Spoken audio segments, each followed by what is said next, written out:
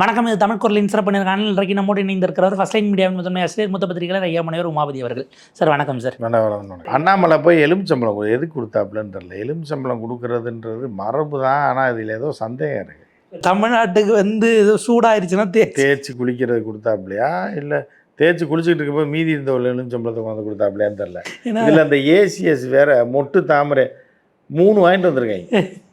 ஏன்னா இவர் வர்றதுக்குள்ளே நைட்டே வாங்கணும். சென்னையில் கோயம்புத்தூரில் கிடைக்காது, ஆர்டர் கொடுத்து வாங்கணும். மலர்ந்துருச்சுன்னு வைங்க, அங்கே போகிறதுக்குள்ளே ரொம்ப இதாக மலர்ந்தது தான் வாங்கிட்டு வர சொல்லியிருக்காங்க. அவங்க காலேஜில் வேலை பார்க்குற பிஆர் என்ன பண்ணியிருக்காரு, மொட்டாவே வாங்கிட்டு வந்திருக்காரு. காலையில் மலர்ந்துருன்னு சொல்லி கொடுத்துருக்காங்க. அது அங்கே போய் பார்த்துட்டே இருக்காரு, மலரவே இல்லை. ஜி அப்படியே தான் மொட்டா தான் இருக்குன்னா இது அதே பெரிய அபசகனம். இந்த தாமரை தமிழ்நாட்டில் மட்டும் மொட்டா தான் இருக்குது, மலராது. அதை வச்சுருக்க நானும் மலர மாட்டேன். எம்பி கனவோட 20 வருஷமாக பல கோடி ரூபா செலவு பண்ணிட்டேன். இப்போ அதுவும் போச்சு. எலெக்ஷன் கண்ணீர் விட்டு எழுதாரு. ஒன்றும் தமிழ் சைட்டை கொடுத்தா கூட உதறி மலர வச்சுருக்காரு. அடித்து தாமரை அந்த இலையெல்லாம் பிச்சுக்கிட்டு ஓடிருக்கு. அதை கொண்டு ஏசிஎஸ் கையில் வச்சு இப்படி வச்சுக்கிட்டு இருக்காப்புல. இல்லை, இப்போ இவங்க எல்லாருக்கும் முன்னாடி யார் போய் நிற்கிறாங்கன்னா அண்ணாமலை தான் கடைசியில் விட்டாங்க. எடப்பாடி ஜி.கே. வாசன் தான் அங்கே பிரதமர். ஜி.கே. வாசன் தான் மெயின் ஏஜென்ட்டு. புரியுதா? தமிழ்நாடு இடமெல்லாம் வாங்க போனீங்கன்னா புரோக்கர் தான் முதல்ல நிற்பாங்க. புரியுதா உங்களுக்கு? ரிஜிஸ்டர் ஆஃபீஸில் ரிஜிஸ்ட்ராரு உள்ளே உட்காந்துருப்பார். வாங்க போகிறேன் வெளியில் நிற்பான். இந்த புரோக்கர் தான் அங்கிட்ட போயிட்டு வந்துட்டு இருப்பாங்க. போயிட்டு வந்தாங்க, உள்ளே போய் ரெடியாக பத்திரம் ரெடி ஆகிடுச்சான்னு கூப்பிட்றது வர்றது. சார் ஒரு பேமெண்ட்டை கொடுங்க, உள்ளே கொடுத்து விட்ருவோன்றது, பத்திரம் வாங்கிட்டு வர்றது, டைப் பண்ணி எடுத்துகிட்டு வர்றது எல்லாம் புரோக்கர் தான் அங்கிட்ட போயிட்டு இருப்பாங்க. அவங்க தான் முதல்ல இருப்பாங்க. அவங்க தான் அப்புறம் கை ரேகை உருட்டுப்போ சார் தைக்க உருட்டுங்க அப்படின்னாங்க. அந்த மாதிரி ஜி.கே. வாசன் எதுக்கு வச்சுருக்காங்கன்னு தெரில. பிரச்சனை இல்லாத ஆள். இல்லை, இப்போ அவருக்கு இப்போ மார்ச்சோட இது முடியுது, எம்பி பதவி முடிஞ்சுன்னா ஏடிஎம்கே தான் கொடுக்கணும், பிஜேபிக்கு போய் கொடுக்கணும். அதனால ஜியை பிடிச்சோம்னா எடப்பாடிக்கு பக்கத்தில் போய் நின்ட்டாப்புல. எடப்பாடியோட பயங்கர க்ளோஸ். ஏன்னா எம்பி சீட்டு அவர் தான் தந்தாகணும். யாராக இருந்தாலும் பதவியில் இருக்க தான் எம்பி சீட்டு தரணும். அதனால் எடப்பாடியை விட மாட்டாப்புல. அதே மாதிரி ஜியும் விட மாட்டார். ஏன்னா மூப்பனார் ஜியை பற்றி நல்லா தெரியும். அவரோட மகனானி அப்படின்ற மாதிரி கூட வச்சுப்பாங்க. ஏன்னா ஜி அங்கே தமிழ் எம்பிகளோட ஏதாவது ஒரு நாள் மதியம் லஞ்சு சாப்பிடணும். தமிழக எம்பிகள்லாம் வாசன் தான் போய் பக்கத்தில் உட்காந்து. ஆமாம், கேன்டீனில் லோக்சபா கேன்டீனில் ஜிஏ எப்போனா தான் வருவாப்புல. ஜி வர்ற அன்னைக்கு தமிழக எம்பிகளோட ஒரு உரையாடினார்னா வாசன் தான் போய் பக்கத்தில் சொல்லிடுவாங்க. வாசன் வாங்க சாப்பிட கூப்பிட்றாங்க அப்படின்னா போயிடுவார். பார்லிமெண்ட் கேன்டீனில் ஜி அப்படி உரையாடினார். தமிழ்நாட்டை பற்றி அவங்ககிட்ட பல விஷயங்களை பேசினார். அதான் பார்லிமெண்ட்லேயே பேச வேண்டியது, கேன்டீனில் உட்காந்து பேசுறீங்க. அதுதான் அவ்வளோ பெரிய நான் பார்லிமெண்ட் கட்டி விட்டுருக்கீங்க, இத்தனை எம்பி காக்காய காத்துறா ஒரு நாள் உள்ளே உட்கார்றது இல்லை. கேன்டீனில் போய் கேட்டால் 800 சீட்டு எக்ஸ்ட்ரா வேறு சீட்டு போட்டு வச்சுருக்கீங்க. இப்போ போய் கேட்டால் என்ன, கேட்கலன்னா என்ன? பிரதமர் மோடி அவர்கள் வர்றதுக்கு முந்தின நாள் ஒரு விஷயத்த சொல்கிறாங்க. கோவைக்கும் மதுரைக்குமான மெட்ரோ ரயில் ரிஜெக்ட் பண்ணிட்டோம். ஏன்னா அங்கே 20 லட்சம் பேர் இருக்கணும், 20 லட்சம் பேர் 2011 சென்சஸ் படி இல்லைன்னு நிராகரிக்கிறோன்னு சொல்கிறாங்க. குறைஞ்சபட்சம் இந்த ஊரில் எலெக்ஷன் வரப்போது ஜெயிக்கணும்னா அவர் வந்துட்டு போன பிறகாச்சும் சொல்லணும். வர்றதுக்கு முந்தின நாளே சொல்கிறீங்கன்னா பணமும் கொடுக்க முடியாது, நான் பாட்டுக்கு பேசுவேன்னு ஒரு அர்த்தம் மாதிரி கூட்டத்தனமாக சொல்லியிருப்பாங்க. அந்த நேரம் பார்த்து திமுக கேட்டிருப்பாங்க, நீங்கள் பதிச்சிருப்பாங்க. மெட்ரோ ரயில்காரங்களுக்கும் பிரதமர் வராரு அப்படின்றதுக்கு சம்மந்தம் கிடையாது. ஆனால் வடை சுடுவார் எலெக்ஷன் டைமில். இப்போ நான் செக் பண்ணி பார்த்தேன், 21 லட்சம் இருக்காங்க. மதுரைக்கு வராது. மதுரைக்கெலாம் மெட்ரோ உண்மையிலே தேவையில்லைங்க. அது நாசகார. அந்த ஊரில் குப்பையும் கூலமாக கடந்து கேவலமாக இருக்குது. ஊரில் சரியாக ரோடு பிடிஆர் இருக்காருன்னு தான் பேர். எதுக்கு அப்படி வச்சுருக்காருன்னு தெரில அவர். அது இன்றைக்கி நேரத்தில் அது 25 வருஷமாக மதுரை குப்பையும் கூலமாக தான் இருக்குது. அது எந்த டெவலப்மெண்ட்டும் கிடையாது. இந்த நாசகாரங்க மத்திய அரசுலேருந்து இந்த சிட்டி, அது என்ன சிட்டி, ஸ்மார்ட் சிட்டி. இவங்கெல்லாம் ஸ்மார்ட் சிட்டினா என்ன அர்த்தம் தெரியுமா? முதல்ல பார்த்துருக்காங்கலாம். முதல்ல கேவலமாக ஒரு பஸ் ஸ்டாண்டு, நல்லா இருந்த பஸ் ஸ்டாண்டை நாசகாக்கி என்னத்தையோ வளைச்சி கட்டி விட்டுருக்காங்க. என்னத்தையோ கட்டி விட்டு சிமெண்டில். இது இதெல்லாம் இப்போ சைனா ஃபோட்டோனாலும் யூடியூப்லனாலும் பார்த்துருக்காங்களான்னு தெரில. நாசப்பாடுபடுது. ஏற்கனவே அது கிராமந்தான். மதுரைன்றது ஒரு பெரிய கிராமத்தோட தலைநகர். அது அவங்களாம் ஊருக்காரனே வளர்ந்துக்குவான். இவங்க ஒன்றும் செய்ய வேண்டியதில்லை.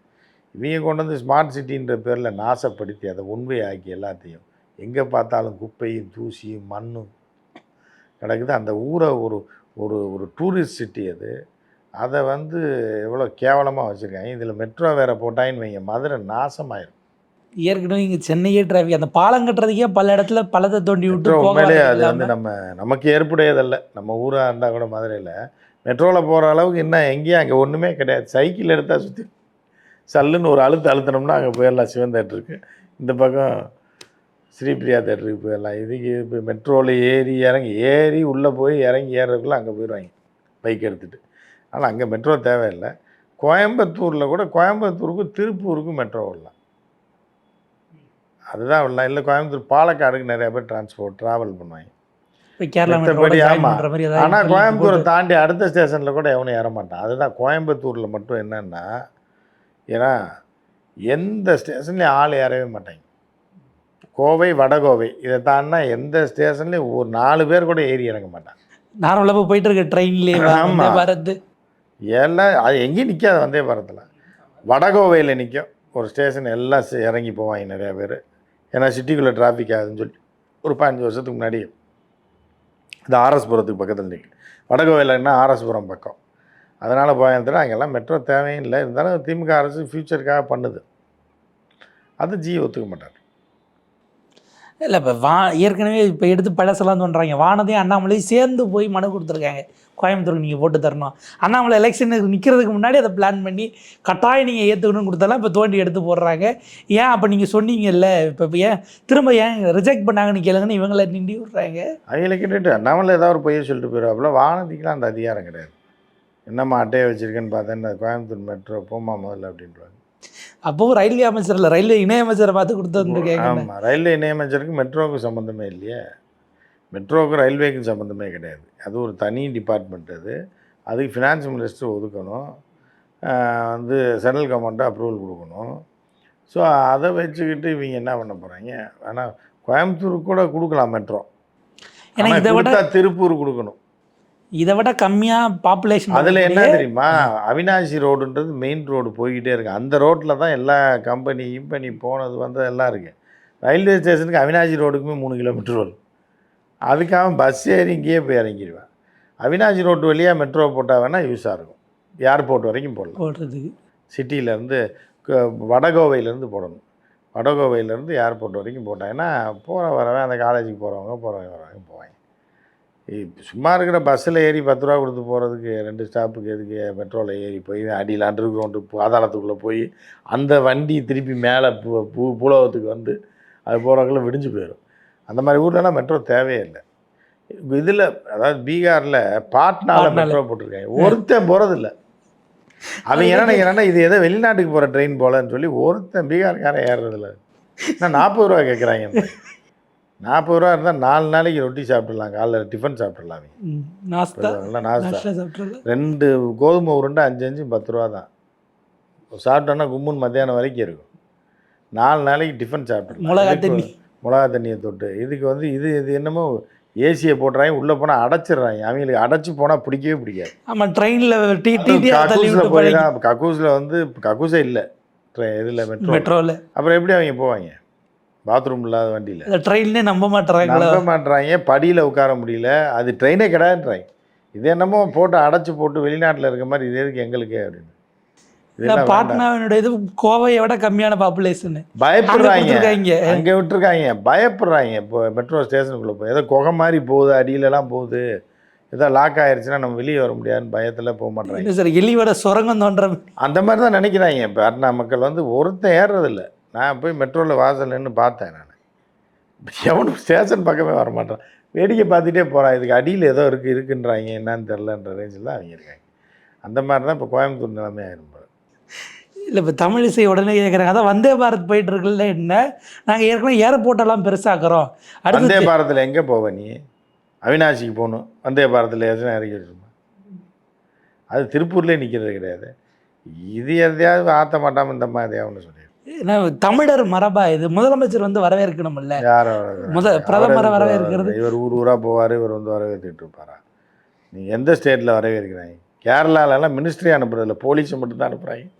மம்தா பானர்ஜிலாம் போச்சுன்னா அது யாரோ சபாநாயகர் யாரோ ஒருத்தர் நிற்கிறோம், தம்பி போயிட்டு அந்த இவர் வராரு கூப்பிட்டு வாப்பான்ற அளவுக்கு இருக்குது. இங்கேனாலும் மினிஸ்டர் போயிருக்காங்க. அங்கே மம்தா பானர்ஜி அதையும் அனுப்பாத ஆள், பேருக்கு அனுப்போம். மொவ்வா மைத்ரா மாதிரி ஆளை அனுப்புனா அங்கேயும் பார்த்தா இங்கேயும் வந்துட்டியான்னு தெரிச்சு நான் பார்லிமெண்ட் வர்றதில்லை, இங்கே எதுக்கு வந்தேன் அப்படின்ற மாதிரி கணக்கில் போயிட்டுருக்கு. ஒருவேளை அவர் யோசிப்பார் கட்சி கிச்சி மாதிரி இந்த அம்மா நம்ம கட்சியில் சேர்ந்துருச்சா அப்படின்ற அரசு பிரதிநிதி இல்லை. ஏன்னா அதாவது அவர்களை வரவேற்ற ஏடிஎம்கேல ஆள் இருக்காங்கல்ல வரவேற்று. ஜி வந்து பார்த்தீங்கன்னா அவருக்கு பல இன்ஸ்பிரேஷன் தமிழ்நாட்டில் கிடச்சிருக்கு அப்படின்லாம் பேசுகிறாப்புல. உதாரணத்துக்கு சொல்கிறாரு, நான் இந்த விவசாய கூட்டத்தில் பார்த்தா ஒருத்தர் மெக்கானிக்கலில் பிஹெச்டி பண்ணிட்டு விவசாயி ஆகியிருக்கார், இன்னொருத்தர் இஸ்ரோ வேலையை விட்டுட்டு வந்திருக்கார். இதை பார்த்தா நாட்டுக்கே இவங்களாம் ரோல் மாடல். நாங்கள் வந்ததுனால நிறைய தெரிஞ்சுக்கிட்டா, வராமல் போயிருந்தா இதை கற்க எனக்கு வாழ்நாள் வாய்ப்பே கிடைக்காம போயிருக்கோம் அப்படின்லாம் தமிழர்களை பாராட்டியிருக்காப்புல. எப்படி நெஞ்ச நக்கியிருக்காருன்னு சொல்லுங்கள், பாராட்டுறாரு நெஞ்ச. ஐயோ, ஜியை பற்றி பேசினாலே எதையாவது எடுத்து வாழ்த்தணும் போல இருக்குது. அவர் அந்த மாதிரி தான் இருக்குது. ஏதாவது ஒன்றை பேசிட்டு அங்கே வந்து பீகாரில் பேசினார் உண்டாக்க மாட்டாங்க என்னத்தையும் உனக்கு தமிழர்கள் அன்னைக்கு உனக்கு தெரியலையா தமிழர்களை பற்றி அப்படின்னு. அதுதான் அன்னைக்கு அடுத்த நாளே இவர் முதலமைச்சர் சொன்னார், நாங்கள் பீகாரில் சொன்ன அதே வார்த்தையை இங்கே வந்து பீகார்காரங்களை எங்கள் அடிக்கிறாங்கிறத சொல்லுங்க பார்ப்போம்னாரு. இன்னைக்கு வரைக்கும் ஜி அதை சொல்ல வேண்டியதானே. கோயம்புத்தூர் கூட்டத்தில் பீகார்காரங்களை பூராத்தையும் தமிழங்க கொடுமைப்படுத்துகிறான்னு அங்கே திருப்பூரில் பேச சொல்லுங்க பார்ப்போம். கோயம்புத்தூரில் இந்த மாதிரி ஒரு கேடு கெட்ட பிரதமர் இந்த உலகத்திலே அவனும் பார்த்துருக்க மாட்டான். கடைசியில் பிஆர் பாண்டியன் கொண்டு போய் இருந்த 100 விவசாயம் கொண்டு அழகு வச்சுட்டாப்புலன்னு நினைக்கிறேன். சீட்டு தருவாங்க, சீட்டு தந்தால் அந்த கட்சியில் நின்று என்ன பண்ண போகிறீங்கன்னு தெரியல. இந்த மாதிரி கைக்கூலிகள் இருக்கிறதுனால தான் தமிழர்களுக்கும் தமிழ் மக்களுக்கும் ஏற்படக்கூடிய ஒரு மிகப்பெரிய ஒரு இதாக இருக்குது. கட்சியில் சேர்றது தப்பு கிடையாது, எந்த இளவு கட்சியில் போனாலும் சேர்ந்து தொலைங்க, யாரை வேணாலும் வாழ்த்தி என்னத்தையா போட்டு தொலைங்க.